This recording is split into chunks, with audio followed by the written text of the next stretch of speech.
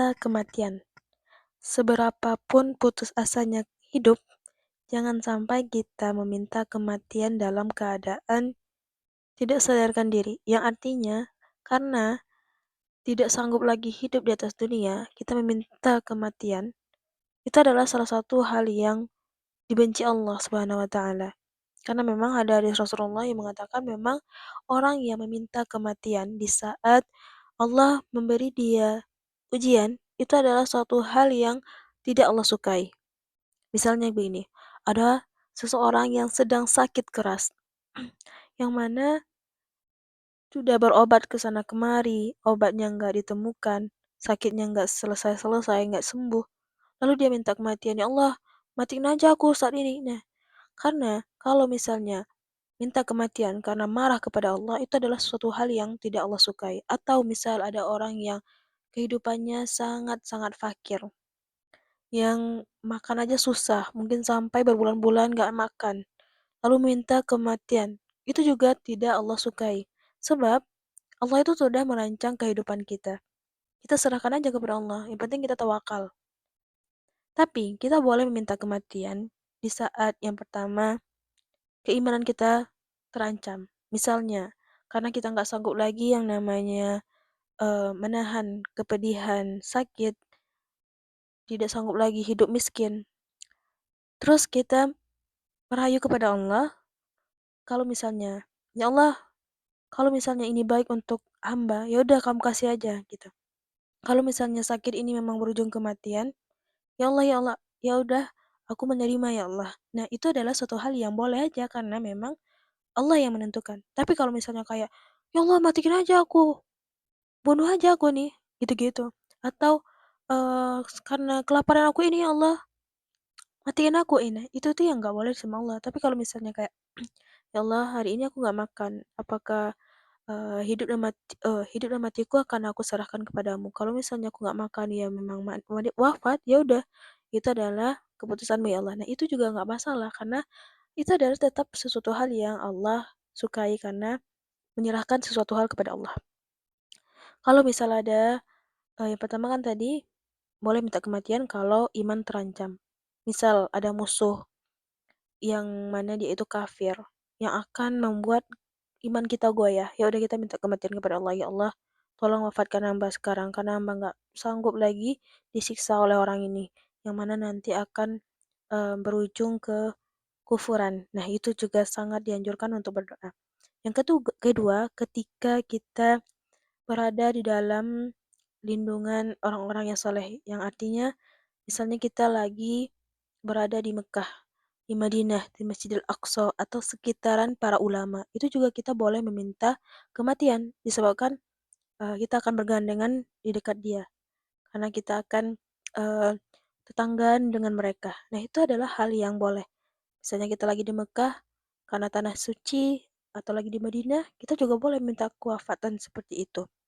Yang ketiga, ketika kita berada di dalam medan perang, yaitu minta wafat dalam keadaan syahid. Ya Allah, syahidkan aku. Ya Allah, tolong hamba. Hamba pengen berada di golongan orang-orang syahid. Nah, itu juga sangat dianjurkan oleh agama. Jadi, kalau di saat itu kita boleh aja meminta wafat kepada Allah Subhanahu wa taala. Karena itu dianjurkan. Berkumpul dengan orang-orang soleh itu adalah suatu nikmat yang tidak ada tandingannya. Cobalah kita berkumpul dengan ahli dunia. Ya Allah, itu akan kayak hati kita itu kan keras gitu. Nah, untuk itu kita perlu berdoa, ya Allah, Allahumma inni as'aluka gitu kan, bahwasanya ya Allah aku meminta kepadamu semoga dikumpulkan dengan orang-orang soleh baik di dunia ataupun di akhirat. Itu adalah suatu hal yang Allah senangi. Jadi kalau misalnya kita dalam keadaan seperti itu, misalnya kita lagi umroh, mintalah kewafatan kepada Allah dalam keadaan dikumpulkan dengan orang-orang soleh.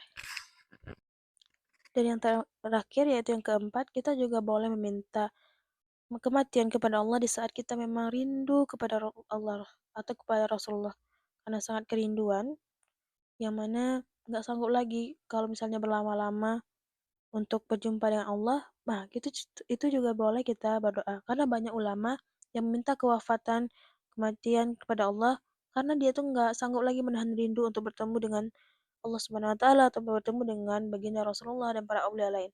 Karena para aulia itu bisa melihat Rasulullah tiap saat, bisa melihat para ulama yang lain karena kesolihan mereka. Jadi mereka sudah pusing dengan kehidupan dunia yang serba kebanyakan fitnah, yang serba pandangannya hanya dunia aja. Jadi mereka itu kayak, "Ya Allah, saya nggak sanggup lagi nih menahan, mmm, kebusukan dunia. Saya nggak lagi, eee, pengen hidup di dunia yang penuh hiruk pikuk," gitu. Jadi mereka itu berdoa, minta kewafatan disegerakan Allah Ta'ala. Beda halnya dengan ahli dunia yang malahan mereka itu pengen, umur panjang biar merasakan kenikmatan dunia, biar merasakan kelezatan ini itu. Nah, kalau para aulia Allah enggak, mereka malahan berdoa kepada Allah Ta'ala, semoga atau mereka tuh pengen cepat berkumpul dengan para aulia Allah. Ya gitulah, karena memang ketika para aulia itu wafat, mereka tuh lebih leluasa. Mereka tuh bisa, ya namanya roh yang Allah izinkan, jadi mereka tuh bisa pindah-pindah kayak baginda Rasulullah itu bisa pindah-pindah rohnya dari sini ke sana. Beda halnya kalau misalnya masih menjadi manusia itu kayak ada batasan yang nggak bisa mereka masuki. Untuk itu kebanyakan para aulia Allah, mereka itu meminta kematian kepada Allah dengan cepat. Karena hidup di dunia ini kan penuh dengan kelelahan, letih. Kalau kita udah wafat ya nggak perlu lagi yang namanya kelelahan, nggak perlu lagi kerja dan sebagainya. Karena memang para muslim itu istirahatnya itu cuman ketika udah wafat. Tapi kalau misalnya masih ada nyawa di badan itu nggak ada yang namanya istirahat. Istirahat itu ya setelah wafat. Untuk itu mereka tidur panjang di dalam makom jasadnya, sedangkan rohnya ya bisa berkelana kemanapun. Wallahu a'lam.